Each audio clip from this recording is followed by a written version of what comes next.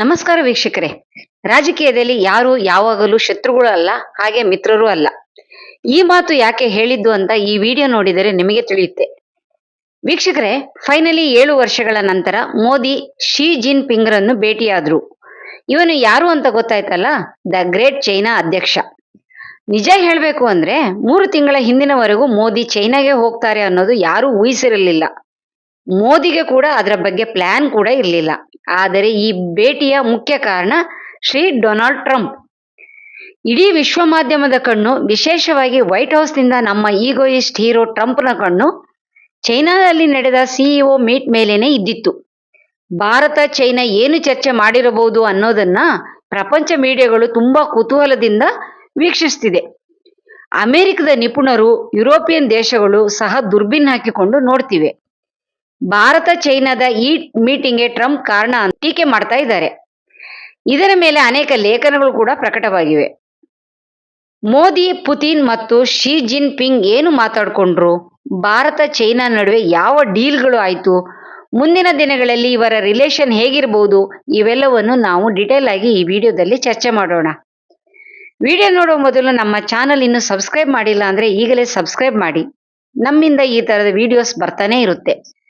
Video ಇಷ್ಟ ಆದರೆ like ಕೊಟ್ಟು ನಮಗೆ ಬೆಂಬಲ ನೀಡಿ. ವೀಕ್ಷಕರೇ, ನಾವು ಮುಂಚೆ ಹೇಳಿದಂತೆ 3 ತಿಂಗಳ ಹಿಂದಿನವರೆಗೂ ಮೋದಿ ಚೈನಾಗೆ ಭೇಟಿ ಕೊಡುವುದು ಅವರ ಶೆಡ್ಯೂಲ್ನಲ್ಲೇ ಇದ್ದಿರಲಿಲ್ಲ. ಆದರೆ ಟ್ರಂಪ್ ಮಾಡಿದ ಓವರ್ ಆಕ್ಷನ್ಗಳು, ಭಾರತವನ್ನು ಅವಮಾನಿಸಲು ಮಾಡಿದ ಪ್ರಯಾಸ ನಮ್ಮನ್ನು ಚೈನಾಗೆ ಹತ್ತಿರ ಮಾಡಿಬಿಟ್ಟವು. ನಿಮಗೆಲ್ಲ ಗೊತ್ತೇ ಇದೆ ಟ್ರಂಪ್ ಎಷ್ಟು ಅಹಂಕಾರಿ ಅಂತ. ಇವನು ಪ್ರಪಂಚದ ಶಕ್ತಿಶಾಲಿ ದೇಶವಾದ ಅಮೆರಿಕದ ಅಧ್ಯಕ್ಷನಾಗಿದ್ದರೂ ಬಾಯಿಗೆ ಬಂದಂತೆ ಸುಳ್ಳು ಮಾತಾಡುವುದರಲ್ಲಿ ನಿಸ್ಸೀಮ. ಇತ್ತೀಚೆಗೆ ಪಾಕಿಸ್ತಾನದ ಜೊತೆ ನಮ್ಮ ಯುದ್ಧ ನಡೆದಾಗ ನಾವು ಪಾಕಿಸ್ತಾನವನ್ನು ಹೀನಾಯವಾಗಿ ಸೋಲಿಸಿಬಿಟ್ಟೆವು. ಪಾಕಿಸ್ತಾನ ತನ್ನ ಸೋಲನ್ನು ಒಪ್ಪಿಕೊಂಡು ನಮ್ಮ ಇಂಡಿಯನ್ ಮಿಲಿಟರಿ ಅಧಿಕಾರಿಗಳಿಗೆ ಫೋನ್ ಮಾಡಿ ನಮ್ಮಿಂದ ಯುದ್ಧ ಸಾಧ್ಯವಿಲ್ಲ, ದಯವಿಟ್ಟು ನಮ್ಮನ್ನು ಬಿಟ್ಟು ಬಿಡಿ ಅಂತ ಬೇಡಿಕೊಂಡಾಗ ಭಾರತ ಆಪರೇಷನ್ ಸಿಂಧೂರವನ್ನು ತಾತ್ಕಾಲಿಕವಾಗಿ ನಿಲ್ಲಿಸಿತ್ತು. ಆದರೆ ಯುದ್ಧ ನಿಲ್ಲುತ್ತಿದ್ದಂತೆಯೇ ಈ ಟ್ರಂಪ್ ಓಡೋಡಿ ಬಂದು ಭಾರತ ಪಾಕಿಸ್ತಾನ ಯುದ್ಧವನ್ನು ನಾನೇ ನಿಲ್ಲಿಸಿದ್ದು, ಅದರಿಂದ ನನಗೆ ನೋಬೆಲ್ ಪೀಸ್ ಪ್ರೈಸ್ ಕೊಡಬೇಕು ಅಂತ ಮಾತಾಡೋಕೆ ಶುರು ಮಾಡಿದ. ನಿಮಗೆಲ್ಲ ಗೊತ್ತೇ ಇದೆ, ಪಾಕಿಸ್ತಾನ ಅಮೆರಿಕ ಸಾಕಿದ ನಾಯಿ. ಹಾಗಾಗಿ ಅಮೆರಿಕ ಕೊಡುವ ಬಿಸ್ಕೆಟ್ಗಾಗಿ, ಅಂದರೆ ಅಮೆರಿಕ ಕೊಡುವ ಹಣಕ್ಕಾಗಿ ಪಾಕಿಸ್ತಾನ ಟ್ರಂಪ್ಗೆ ಸಪೋರ್ಟ್ ಮಾಡುವುದನ್ನು ಪ್ರಾರಂಭಿಸಿತು. ಅದಲ್ಲದೆ ಡೊನಾಲ್ಡ್ ಟ್ರಂಪ್ಗೆ ನೋಬೆಲ್ ಪೀಸ್ ಪ್ರೈಸ್ ಕೊಡಬೇಕು ಅಂತ ಪಾಕಿಸ್ತಾನ್ ಪ್ರಪೋಸಲ್ ಕೂಡ ಹಾಕ್ತು. ನಮ್ಮ ಭಾರತ ಸ್ವಾಭಿಮಾನಿ, ಯಾವಾಗಲೂ ಸತ್ಯ ಮಾರ್ಗದಲ್ಲಿ ನಡೆಯೋ ದೇಶ. ಹಿಸ್ಟರಿ ನೋಡಿದ್ರೆ ಗೊತ್ತಾಗುತ್ತೆ, ನಮ್ಮ ಭಾರತ ಇಂದಿನವರೆಗೂ ಯಾವ ದೇಶದ ಮೇಲೂ ಮೊದಲಿಗೆ ಯುದ್ಧ ಘೋಷಿಸಿಲ್ಲ. ಇಂಥ ಹಿನ್ನೆಲೆ ಇರುವ ಭಾರತ ತುಂಬಾ ಕ್ಲಿಯರ್ ಆಗಿ ಹೇಳಿತ್ತು, ಆಪರೇಷನ್ ಸಿಂಧೂರವನ್ನು ನಿಲ್ಲಿಸಿದ್ದು ಡೊನಾಲ್ಡ್ ಟ್ರಂಪ್ ಅಲ್ಲ, ನಾವೇ ನಿಲ್ಲಿಸಿದ್ದು. ಟ್ರಂಪ್ಗೂ ಭಾರತ ಪಾಕಿಸ್ತಾನದ ಯುದ್ಧಕ್ಕೂ ಯಾವುದೇ ಸಂಬಂಧವಿಲ್ಲ ಅಂತ ನ್ಯಾಷನಲ್ ಮೀಡಿಯಾ ಮುಂದೆ ಹೇಳಿಕೆ ಕೊಟ್ಟಿತ್ತು. ಇದರಿಂದ ಟ್ರಂಪ್ಗೆ ಮರ್ಯಾದೆ 3 ಕಾಸಾಯಿತು. ನಮ್ಮ ಭಾರತದ ಮೇಲಿನ ಕೋಪದಿಂದ ಟ್ರಂಪ್ ಮೊದಲಿಗೆ 25% ಟಾರಿಫ್ ಹಾಕಿದ್ದ. ನಮ್ಮ ಭಾರತ ಅವನಿಗೆ ಯಾವುದೇ ತರದಲ್ಲೂ ಹೆದರಲಿಲ್ಲ. ಮತ್ತೆ 50% ಟಾರಿಫ್ ಅಂತ ಅಂದ. ನಮ್ಮ ಎಕಾನಮಿಯನ್ನು ಡೆಡ್ ಎಕಾನಮಿ ಅಂತ ಅವಮಾನಿಸಲು ಶುರು ಮಾಡಿದ. ಇದು ಮೋದಿ ಅವರಿಗೆ ಇಷ್ಟವಾಗಲಿಲ್ಲ. ನಮ್ಮ ಭಾರತವನ್ನು ಅವಮಾನಿಸಿದ ಟ್ರಂಪ್ ಮುಂದೆ ನಾವು ತಲೆ ತಗ್ಗಿಸೋಲ್ಲ ಅಂತ ಚೈನಾದ ಜೊತೆ, ರಷ್ಯಾದ ಜೊತೆ ನಮ್ಮ ಸಂಬಂಧಗಳನ್ನು ಇನ್ನೂ ಬಲಪಡಿಸೋ ಕಡೆ ಹೆಜ್ಜೆ ಇಟ್ಟಿತು. ವೀಕ್ಷಕರೇ, ಇಲ್ಲಿ ನಾವು ಒಂದು ವಿಷಯವನ್ನು ಗಮನಿಸಬೇಕು. ಭಾರತ ಚೈನಾ ಎರಡೂ ದೇಶಗಳು ಪರಸ್ಪರ ಹಿತಾಸಕ್ತಿ, ಮ್ಯೂಚುವಲ್ ಅಂಡರ್ಸ್ಟ್ಯಾಂಡಿಂಗ್ಗೆ ಬಂದ ಮೇಲೇನೆ ಫ್ರೆಂಡ್ಶಿಪ್ಗೆ ಒಪ್ಪಿಕೊಂಡಿದ್ದವು. ಕಾಂಗ್ರೆಸ್ ಪಾರ್ಟಿ ಹೇಳುವ ಹಾಗೆ ನಾವು ಮೇಲೆ ಬಿದ್ದು ಚೈನಾಗೆ ಹೋಗಿ ನಮ್ಮ ಜೊತೆ ಫ್ರೆಂಡ್ಶಿಪ್ ಮಾಡಿ ಅಂತ ಕೇಳಿಕೊಂಡಿಲ್ಲ. ಇಲ್ಲಿ ಒಂದು ವಿಷಯ ಕ್ಲಿಯರ್ ಆಗಿ ಅರ್ಥ ಮಾಡಿಕೊಳ್ಳಬೇಕು. ಪಾಕಿಸ್ತಾನ್ ಬೇಡಿಕೊಂಡ ಹಾಗೆ ನಾವು ಯಾರಲ್ಲೂ ಬೇಡಿಕೊಳ್ತಾ ಇಲ್ಲ. ನಮಗೆ ಚೈನಾ ಬೇಕು, ಹಾಗೆ ಚೈನಾಗೆ ನಾವು ಬೇಕು. ಈ ವಿಷಯ ತುಂಬಾ ಮುಖ್ಯವಾದದ್ದು. ಈಗ ಕೆಲವರು ಕೇಳಬಹುದು, ಚೈನಾ ನಮಗಿಂತ ತುಂಬಾ ಡೆವಲಪ್ ಆಗಿದೆ, ನಿಜಕ್ಕೂ ಚೈನಾಗೆ ಭಾರತ ಬೇಕಾ ಅಂತ. ಆಳವಾಗಿ ಇವೆಲ್ಲವನ್ನು ನೋಡಿದ್ರೆ ನಮಗೆ ಚೈನಾ ಬೇಕಾಗಿದ್ರೂ ಚೈನಾಗೆ ನಮ್ಮ ಅಗತ್ಯ ಇನ್ನೂ ಜಾಸ್ತಿ. ಯಾಕೆಂದ್ರೆ ಭಾರತ ಪ್ರಪಂಚದಲ್ಲೇ ವೇಗವಾಗಿ ಬೆಳೆಯುತ್ತಿರುವ ದೇಶ, ಆರ್ಥಿಕವಾಗಿ ಕೂಡ ಸದೃಢವಾದ ದೇಶ. ಪ್ರಪಂಚದಲ್ಲೇ ಎಲ್ಲಾ ಕ್ಷೇತ್ರಗಳಲ್ಲಿ ಕೂಡ ದೊಡ್ಡ ಮಾರ್ಕೆಟ್ ಹೊಂದಿದೆ. ಭಾರತ ಪ್ರಸ್ತುತ ಪ್ರಪಂಚದ ಅತಿ ದೊಡ್ಡ ಜನಸಂಖ್ಯೆ ದೇಶ.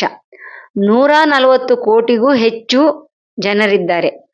ಇಂಥ ದೇಶವನ್ನು ಯಾರು ಬಿಡಲು ಇಷ್ಟಪಡ್ತಾರೆ? ಭಾರತಕ್ಕೂ ಕೂಡ ಈಗ ಒಂದು ದೊಡ್ಡ ಮಾರ್ಕೆಟ್ ಅಗತ್ಯವಿದೆ. ಅದಕ್ಕಾಗಿ ಚೈನಾದಂತಹ ಒಂದು ಮಾರ್ಕೆಟ್ ನಮಗೆ ಬೇಕು. ವೀಕ್ಷಕರೇ, ಮೋದಿ ಮತ್ತು ಶಿ ಜಿನ್ಪಿಂಗ್ ಏನು ಚರ್ಚೆ ಮಾಡಿರಬಹುದು ಅಂದ್ರೆ, ಮೊದಲು ಎರಡೂ ದೇಶಗಳ ನಡುವೆ ಇರುವ ಸಂಬಂಧಗಳನ್ನು ಸರಿ ಮಾಡೋದು, ಏನಾದರೂ ಪ್ರಾಬ್ಲಮ್ ಬಂದರೆ ನೇರವಾಗಿ ಯುದ್ಧಕ್ಕೆ ಹೋಗದೆ ಚರ್ಚೆ ಮೂಲಕ ಬಗೆಹರಿಸೋ ಬಾರ್ಡರ್ ಸ್ಟೆಬಿಲಿಟಿ ಮೆಕ್ಯಾನಿಸಮ್, ಅಂದ್ರೆ ಯಾರು ಬೇಲಿ ಹಾರಬಾರದು ಅಂತ ಅರ್ಥ. ನಂಬರ್ 2, ಕೈಲಾಸ ಪರ್ವತ. ಹಿಂದೂಗಳಿಗೆ ಕೈಲಾಸ ಪರ್ವತ ಎಷ್ಟು ಇಂಪಾರ್ಟೆಂಟ್ ಅನ್ನೋದು ನಿಮಗೆಲ್ಲ ಗೊತ್ತೇ ಇದೆ. ಆದರೆ 2020ರಿಂದ ಈ ಯಾತ್ರೆ ಚೈನಾದಿಂದಲೇ ಬ್ಯಾನ್ ಆಗಿತ್ತು. ಈಗ ನಮ್ಮ ಹಿಂದೂಗಳು ಕೈಲಾಸ ಪರ್ವತಕ್ಕೆ ಹೋಗೋಕೆ ಚೈನಾ ಪರ್ಮಿಷನ್ ಕೊಟ್ಟಿದೆ. ಅದೇ ರೀತಿ 2020ರಿಂದ ಭಾರತ ಚೈನಾ ನಡುವೆ ಅಂತಾರಾಷ್ಟ್ರೀಯ ವಿಮಾನ ಪಯಣವನ್ನು ಕೂಡ ನಿಲ್ಲಿಸಲಾಗಿತ್ತು. ಈಗ ಆ ಬ್ಯಾನ್ ಕೂಡ ತೆಗೆಯಲಾಗಿದೆ. ಅಂದರೆ ಈಗ ಭಾರತ ಚೈನಾ ನಡುವೆ ಡೈರೆಕ್ಟ್ ಫ್ಲೈಟ್ಸ್ ಹೋಗಿ ಬರುತ್ತಿದೆ. ಟ್ರೇಡ್ ವಿಷಯಕ್ಕೆ ಬಂದ್ರೆ, ಪ್ರಸ್ತುತ ಭಾರತ ಚೈನಾಗೆ ಎಕ್ಸ್ಪೋರ್ಟ್ ಮಾಡೋ ವಸ್ತುಗಳಿಗಿಂತ ಚೈನಾ ನಮಗೆ ಎಕ್ಸ್ಪೋರ್ಟ್ ಮಾಡೋದು ತುಂಬಾ ಹೆಚ್ಚು. ವೀಕ್ಷಕರೇ, ಚೈನಾ ನಮ್ಮ ಜೊತೆ ಬಿಸ್ನೆಸ್ ಮಾಡಿದ್ರೆ ಲಾಭ ನಷ್ಟ ಎರಡೂ ಇದ್ದೇ ಇರುತ್ತೆ. ಚೈನಾ ನಮ್ಮ ಫಾರ್ಮಾಸ್ಯೂಟಿಕಲ್, ಅಗ್ರಿಕಲ್ಚರ್ ಪ್ರಾಡಕ್ಟ್ಸ್, IT ಸರ್ವಿಸ್ಗಳನ್ನು ತೆಗೆದುಕೊಳ್ಳುತ್ತೇವೆ ಅಂತ ಪ್ರಾಮಿಸ್ ಮಾಡಿದೆ. ಚೈನಾ ಭಾರತಕ್ಕೆ ಎಲ್ಲಾ ರೀತಿಯ ಸಹಕಾರ ಕೊಡೋಕೆ ಮುಂದೆ ಬರುತ್ತಿದೆ ಅಂತ ಸ್ಪಷ್ಟವಾಗಿದೆ. ಆದರೆ ನಾವು ಎಚ್ಚರಿಕೆಯಿಂದ ಎಲ್ಲವನ್ನೂ ಗಮನಿಸುತ್ತಾ ಮುಂದುವರಿಯಬೇಕು. ಚೈನಾ ತೋರಿಕೆಗೆ ಒಳ್ಳೆಯ ಮಾತು ಮೇಲೆ ಮೇಲೆ ಆಡಿದ್ರೂ ಸಹ ಒಳಗೊಳಗೆ ಯಾವ ರೀತಿಯ ಕುತಂತ್ರ ಮಾಡುತ್ತೆ ಅನ್ನೋದು ನಮಗೆ ಗೊತ್ತಾಗೋದಿಲ್ಲ. ಇದೊಂದು ಮೈನಸ್ ಪಾಯಿಂಟ್ ಇದ್ದೇ ಇರುತ್ತೆ. ಇನ್ನೊಂದು ಮುಖ್ಯ ವಿಷಯ, ಕೆಲವರು ಮೋದಿ ಅವರು ಚೈನಾಗೆ ಹೋಗಿ ಶಿ ಜಿನ್ಪಿಂಗ್ ಜೊತೆ ಶೇಕ್ ಹ್ಯಾಂಡ್ ಕೊಟ್ಟಿದ್ದು ಭಾರತಕ್ಕೆ ಅವಮಾನ ಅಂತ ಟೀಕೆ ಮಾಡ್ತಾ ಇದ್ದಾರೆ. ಏಕೆಂದರೆ ಚೈನಾ ಅಕ್ಸೈಚಿನ್ ಪ್ರಾಂತವನ್ನು ವಶ ಮಾಡಿಕೊಂಡಿದೆ. ಪಾಕಿಸ್ತಾನ ಕಾಶ್ಮೀರದ ಕೆಲವು ಪ್ರಾಂತಗಳನ್ನು ಆಕ್ರಮಿಸಿದೆ. ಇವುಗಳನ್ನು ವಾಪಸ್ ತರುವ ಯೋಚನೆ ಮೋದಿಗೆ ಇಲ್ಲ ಅಂತ ಅವರ ಟೀಕೆ. ಅಂಥವರಿಗೊಂದು ಮಾತು, ಭಾರತ ಅಕ್ಸೈಚಿನ್ 1962ರಲ್ಲೇ ಕಳೆದುಕೊಂಡಿತ್ತು. ಆ ಸಮಯದಲ್ಲಿ ನಮ್ಮ ಪ್ರಧಾನಿ ಯಾರಾಗಿದ್ರು ಗೊತ್ತಾ? ಜವಾಹರ್ಲಾಲ್ ನೆಹರು. ಪಾಕ್ ಆಕ್ರಮಿತ ಕಾಶ್ಮೀರವನ್ನು 1948ರಲ್ಲೇ ಕಳೆದುಕೊಂಡಿತ್ತು. ಆಗಲೂ ಪ್ರಧಾನಿಯಾಗಿದ್ದವರು ನೆಹರು. ಅವರು ನಮ್ಮ ಭೂಭಾಗವನ್ನು ಕಾಪಾಡಲಿಲ್ಲ. ಈಗ ಮೋದಿಯವರು ಕಳೆದುಕೊಂಡ ಪ್ರದೇಶವನ್ನು ತರುವಲ್ಲಿ ವಿಫಲರಾಗಿದ್ದಾರೆ ಅಂತ ಟೀಕೆ ಮಾಡೋದು ಎಷ್ಟು ನ್ಯಾಯ ಹೇಳಿ? ಈ ಕಾಲದಲ್ಲಿ ಇತರ ದೇಶಗಳಿಂದ ಭೂಭಾಗ ಹಿಂಪಡೆದುಕೊಳ್ಳೋದು ಅಷ್ಟು ಸುಲಭವಲ್ಲ. ಒಮ್ಮೆ ಯುದ್ಧ ಶುರುವಾಯಿತು ಅಂದ್ರೆ ದೊಡ್ಡ ದೊಡ್ಡ ದೇಶಗಳಿಗೂ ಸಣ್ಣ ಸಣ್ಣ ದೇಶಗಳನ್ನು ಸೋಲಿಸಲು ಆಗ್ತಾ ಇಲ್ಲ. ಉದಾಹರಣೆಗೆ ಹೇಳೋದಾದ್ರೆ, ರಷ್ಯಾ ಮುಂದೆ ಉಕ್ರೇನ್ ಎಷ್ಟು ಸಣ್ಣ ದೇಶ. ಆದ್ರೆ ಇವತ್ತಿಗೂ ಉಕ್ರೇನ್ ರಷ್ಯಾ ಅನ್ನೋ ದೊಡ್ಡ ಪವರ್ಫುಲ್ ದೇಶವನ್ನು ಮ್ಯಾನೇಜ್ ಮಾಡ್ತಾ ಇದೆ. ಚೈನಾದ ಜೊತೆ ಕಂಪೇರ್ ಮಾಡಿದ್ರೆ ತೈವಾನ್ ಎಷ್ಟು ಚಿಕ್ಕದು. ಆದ್ರೆ ಚೈನಾ ಪವರ್ ಮುಂದೆ ತೈವಾನ್ ಏನೂ ಇಲ್ಲ ಅಂತ ತೋರಿಸುತ್ತಾ ಇದ್ದರೂ ಇವತ್ತಿಗೂ ಚೈನಾಗೆ ತೈವಾನ್ ಅನ್ನು ವಶ ಮಾಡ್ಕೊಳ್ಳೋ ಧೈರ್ಯ ಆಗ್ತಿಲ್ಲ. ಯಾಕೆಂದರೆ ಒಮ್ಮೆ ಯುದ್ಧ ಶುರುವಾಯಿತು ಅಂದ್ರೆ ಚೈನಾಗೆ ಎಷ್ಟು ನಷ್ಟ ಆಗುತ್ತೆ ಅನ್ನೋದನ್ನು ಅವರಿಗೂ ಗೊತ್ತಿದೆ. ಅದಕ್ಕಾಗಿ ಈ ಕಾಲದಲ್ಲಿ ಯುದ್ಧ ಅಂದ್ರೆ ಅಷ್ಟು ಸುಲಭದ ವಿಷಯ ಅಲ್ಲ.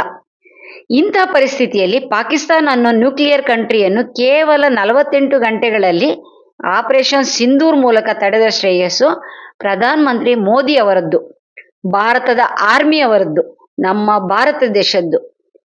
ಭಾರತ ಚೈನಾಕ್ಕೆ ಹೋಗಿದ್ದು ಟ್ರಂಪ್ಗೆ ಹೆದರಿ ಅಥವಾ ಹತಾಶೆಯಿಂದ ಫ್ರೆಂಡ್ಶಿಪ್ ಮಾಡಲಿಲ್ಲ. ಭಾರತಕ್ಕೆ ತನ್ನದೇ ಆದ ಸೆಲ್ಫ್ ರೆಸ್ಪೆಕ್ಟ್ ಇದೆ. ನಮಗೆ ಚೈನಾ ಬೇಕು, ಚೈನಾ ಕೂಡ ನಾವು ಬೇಕು. ನಾವು ಪಾಕಿಸ್ತಾನ, ಬಾಂಗ್ಲಾದೇಶಗಳಂತೆ ಚೈನಾಕ್ಕೆ ಅಳುತ್ತಾ ಹೋಗಿಲ್ಲ. ಅಮೆರಿಕದ ಕಾಲಿಗೆ ಬಿದ್ದು ಟ್ರಂಪ್ ಬೂಟ್ ನೆಕ್ಕುತ್ತಿಲ್ಲ. ಗಮನಿಸಿ, ಇಂದಿನ ಭಾರತ ಹಿಂದಿನ ಭಾರತ ಅಲ್ಲ. ವಿಶ್ವದ 4ನೇ ಅತಿ ದೊಡ್ಡ ದೇಶ, ಫಾಸ್ಟೆಸ್ಟ್ ಗ್ರೋಯಿಂಗ್ ಎಕಾನಮಿ ಕೂಡ ನಮ್ಮದೇ. ವಿಶ್ವ ವೇದಿಕೆಯಲ್ಲಿ ಇಂದಿನ ಭಾರತ ಇತಿಹಾಸದಲ್ಲೇ ಯಾವತ್ತೂ ಇಲ್ಲದಷ್ಟು ಬಲಿಷ್ಠವಾಗಿದೆ. ಇದರ ಬಗ್ಗೆ ಎಲ್ಲರೂ ಗರ್ವ ಪಡುವ ಹಾಗೆ ಇದೆ. ಇದನ್ನು ಸಾಧ್ಯ ಮಾಡಿದ್ದು ನೀವು ಒಪ್ಪಿದ್ರೂ ಒಪ್ಪದಿಲ್ಲ ಅಂದ್ರೂ ಕೂಡ ಮೋದಿ ಸರ್ಕಾರವೇ ಮಾಡಿದ್ದು. ಒಮ್ಮೆ ಯೋಚಿಸಿ ನೋಡಿ, ಇವತ್ತು ರಾಹುಲ್ ಗಾಂಧಿ ಪ್ರಧಾನಿ ಆಗಿದ್ರೆ ನಮ್ಮ ದೇಶ ಇವತ್ತಿನಂತೆ ಬಲಿಷ್ಠವಾಗ್ತಿತ್ತಾ? ಮುಂದೆ ರಾಹುಲ್ ಗಾಂಧಿ ಪ್ರಧಾನಮಂತ್ರಿ ಆದರೆ ಭಾರತ ಹೇಗಿರುತ್ತೆ ಅಂತ ನೀವೇ ಕಾಮೆಂಟ್ನಲ್ಲಿ ಬರೆಯಿರಿ. ವಿಡಿಯೋ ಇಷ್ಟ ಆಯಿತು ಅಂದರೆ ಲೈಕ್ ಮಾಡಿ, ಚಾನಲ್ ಸಬ್ಸ್ಕ್ರೈಬ್ ಮಾಡಿ. ಮುಂದಿನ ವಿಡಿಯೋದಲ್ಲಿ ಇನ್ನೊಂದು ಇಂಟ್ರೆಸ್ಟಿಂಗ್ ಟಾಪಿಕ್ ಜೊತೆ ಮತ್ತೆ ಭೇಟಿಯಾಗೋಣ. ಜೈ ಹಿಂದ್, ಜೈ ಭಾರತ್.